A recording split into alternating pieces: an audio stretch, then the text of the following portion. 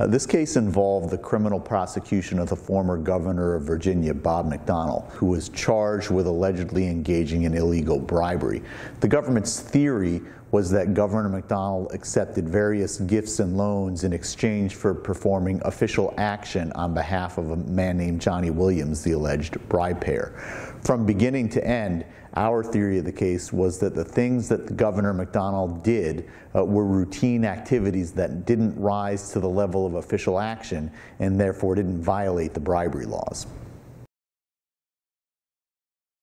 We started thinking about potential Supreme Court review at the very beginning of this case. And that's because we understood that the theory that the government was advocating was one that had never before been adopted by a court, and as far as we could tell, one that had never even really been pressed. So as soon as we learned as much as we could about the facts of the case from our client and from our own investigation, our own independent investigation, and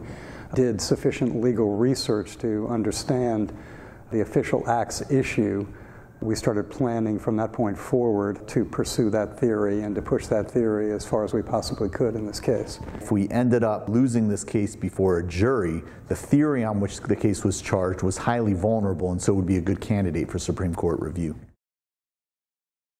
We prepared for the possibility of Supreme Court review in a number of ways. First of all, we made sure that all of our motions early on in the case, our motions to dismiss the indictment and to shape the jury instructions, reflected what we believed was the proper legal theory and the legal theory that the government was not pursuing. In addition, we made sure that we preserved all of the relevant questions to our theory of the case, particularly when we were articulating the jury instructions that we wanted the district court to adopt and when we were objecting to the jury instructions that the court did adopt. By doing all of this, we made sure that we had a very clear record that demonstrated why we believed that the theory that the government pursued from beginning to end was a flawed one, and that was ultimately the theory that the Supreme Court adopted.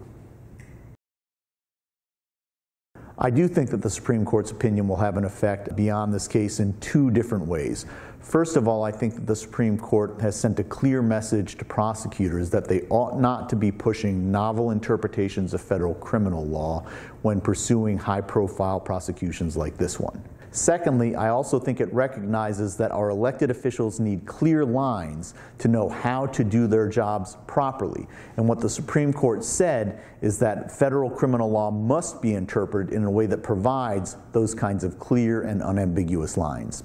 I think it'll have an effect in a couple of different ways. Certainly in terms of political corruption cases, I think DOJ will be much more reticent to prosecute politicians for everyday political acts as opposed to what we consider to be official acts, namely putting your thumb on the scale of a decision that the government actually makes in favor of a donor. I think in general, aside from political corruption cases, it will have an impact on DOJ, or hopefully it'll have an impact on DOJ, because having been slapped down 3 or 4 times over the last year in terms of pushing fringe theories of prosecution